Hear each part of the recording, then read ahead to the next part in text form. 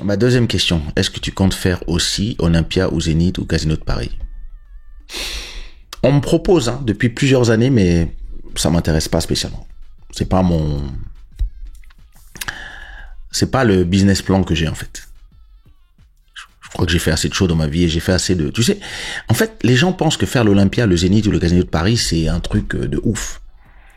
Mais moi, en Afrique, j'ai fait l'équivalent de tous ces trucs dans tous les pays d'Afrique en fait. J'ai fait tous les stades et compagnie dans tous les pays. Donc, pourquoi est-ce que je dois faire le Zénith ou l'Olympia ou le machin pour prouver quoi en fait? N'ayant rien à prouver, j'ai absolument besoin de te voir en concert. Écoute, pas de problème. Kesha.com/shows. Tu n'as rien à prouver, c'est ça l'ont de la valeur pour les affamés. Écoute, je suis pas contre les salles, c'est juste que j'estime que chaque artiste sait c'est quoi son chemin. Ce que les gens ne comprennent pas sur ma carrière, c'est que en 2003, quand on dit quoi sort, moi je pensais que c'était la fin de ma carrière. Je pensais que j'allais me lancer dans la production d'artistes. Et donc c'est comme ça que j'ai lancé Soumia, Elisio, ABG, Tia, Taina, Isa, etc., etc. Et moi je me voyais plus composer pour les autres et pousser les autres. Et donc gagner de l'argent avec justement la vente des disques, mon catalogue. Et c'est juste qu'on dit quoi exploser en fait au même moment. Donc j'ai dû faire les deux. J'ai dû continuer à être un artiste et aussi faire de la production. Et donc j'ai fait des shows. Et à chaque fois je me disais, oh, ça va s'arrêter un jour. Mais en fait ça s'arrêtait jamais. Et puis il y a 5 ans, ça a commencé vraiment... 6-7 ans, quand je suis arrivé au Portugal, ça commençait vraiment à baisser. Et il y avait de moins en moins de shows. Maintenant je faisais peut-être un show tous les 6 mois. Et je me suis dit, ok, bon voilà. Mais... j'ai aussi une grande carrière de producteur, d'éditeur et de compositeur. J'ai composé des hits pour tellement de gens, les DS, c'est quoi de Pedro, Nelson Freitas, etc., etc., Soumia, Elisio. Et donc, ça fait longtemps que je gagne plus d'argent comme producteur que comme chanteur sur scène. Et donc, et ça fait longtemps que mon ambition a dépassé depuis longtemps l'idée de faire des shows. Parce que j'ai commencé à faire des shows quand j'avais 18 ans et aujourd'hui j'en ai 51. Donc j'estime que dans la vie, si tu veux créer de nouveaux rêves et avoir l'espace pour faire des nouvelles choses, tu dois pas avoir peur de mettre certaines choses de côté pour pouvoir justement créer de nouvelles choses. Je sais pas, si t'as envie de faire du cinéma, si t'as envie de produire un film, si t'as envie de produire des documentaires, si t'as envie d'avoir une marque de vêtements et de te concentrer dessus, si t'as envie de faire de la musique pour les films, produire une série, etc., etc., etc. Quand tu vois si tu vois un 50 Cent par exemple, il a commencé à faire les mixtapes, puis après il a fait deux albums incroyables, puis après il a commencé à investir son argent dans d'autres choses, et aujourd'hui, même si les gens le voient comme un rappeur, c'est devenu un businessman qui a sa vodka, son champagne, ses séries télé, son univers, et dans sa tête, il se dit, il faut que j'achète une télévision. Il se dit pas, oh, les fans veulent me voir, faut que je fasse des shows. Donc, il fait des shows de temps en temps, quand il est payé le prix qui en vaille la peine de sortir de chez lui. Mais maintenant, c'est plus du plaisir. Il gagne beaucoup plus d'argent en faisant des séries télévisées. Parce que même si on le paye 100 000 euros ou 200 000 dollars pour un show, une série télévisée lui rapporte peut-être 10 millions. Et donc, c'est une question d'ambition. Tu vois? Et je comprends le sentiment des gens qui veulent te voir sur scène, mais en tant que personne, chacun de nous a une ambition que peut-être que vous ne voyez pas ou ne comprenez pas. Il y a 20 ans, je faisais 100 shows par an. 100 shows. Je sortais d'un avion, je rentrais dans un autre avion, j'arrivais chez moi, je changeais ma valise, je prenais le train, je suis allé partout, j'ai fait le tour du monde 20 fois, je suis allé chanter partout, j'ai chanté dans tous les stades, dans tous les machins, toutes les discothèques, etc., etc., etc. Et il y a un moment où ce rêve que j'avais, il a été réalisé. Donc, j'ai créé d'autres rêves. Je l'ai déjà dit à beaucoup de gens. Moi, j'appelle ça la théorie du football. La théorie du stade. Au début, tu veux faire du foot. Après, tu rentres dans une équipe. Après, tu deviens numéro 10. Ensuite, tu deviens Ronaldo. Tu es le gars le plus payé. Et tout le monde se dit, c'est ça le but, c'est d'être Ronaldo.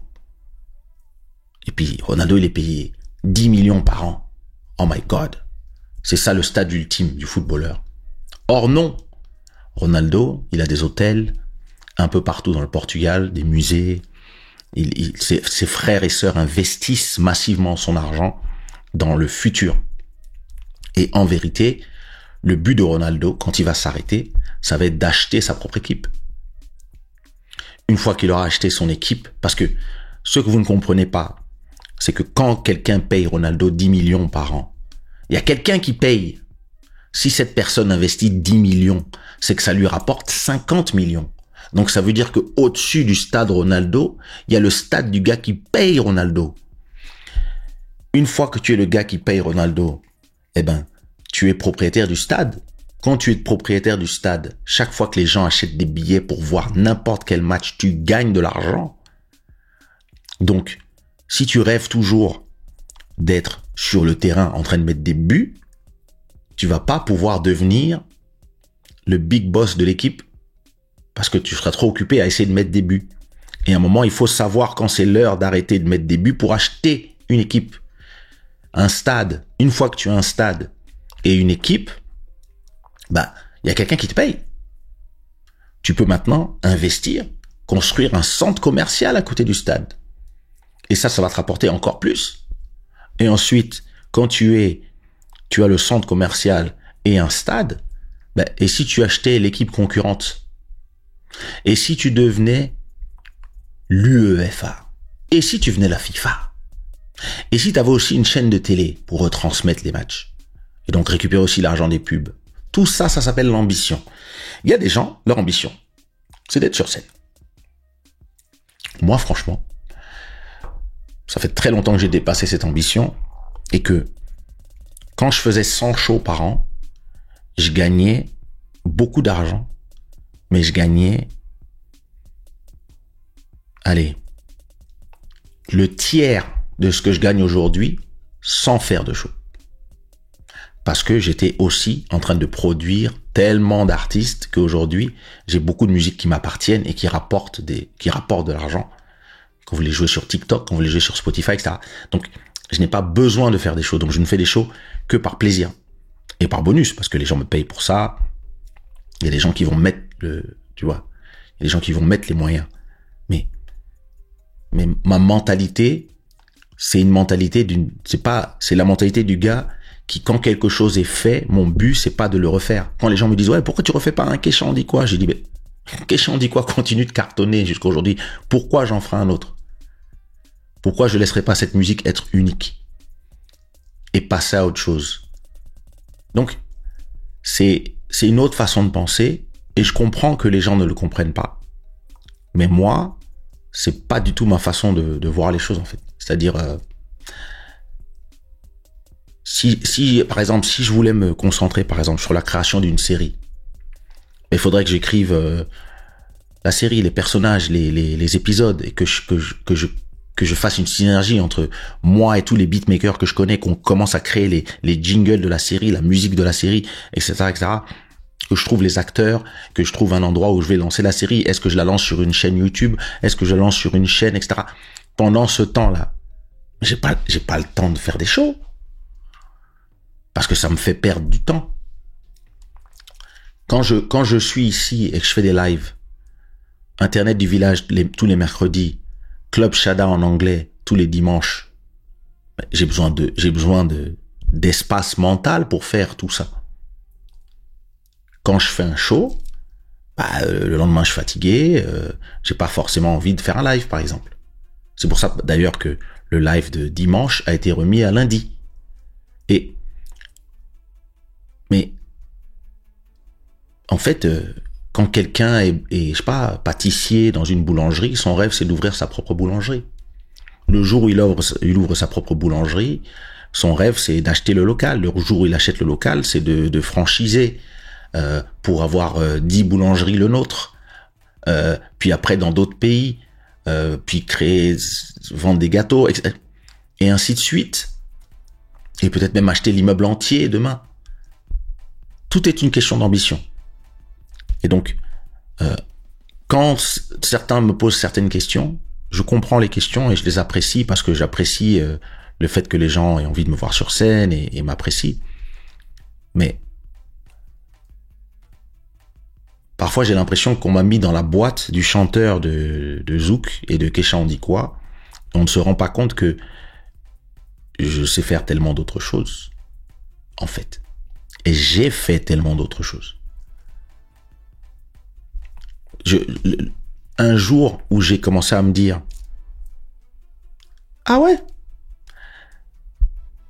Je faisais une centaine de shows tous les ans et ça me rapportait une certaine somme. Et un jour,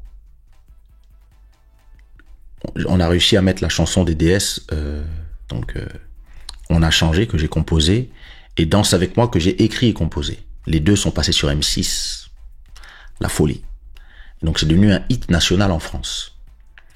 Et d'un seul coup, un matin, quand j'ai reçu mes droits d'auteur, j'ai reçu exactement le même argent que j'avais fait en 100 shows. Je l'ai reçu en un matin, en un virement de la SACEM, qui gère les droits d'auteur en France. Je me suis réveillé et j'avais gagné l'équivalent de 1 an et demi de show juste à cause de 2 chansons. Sans être sorti de chez moi, sans avoir fait...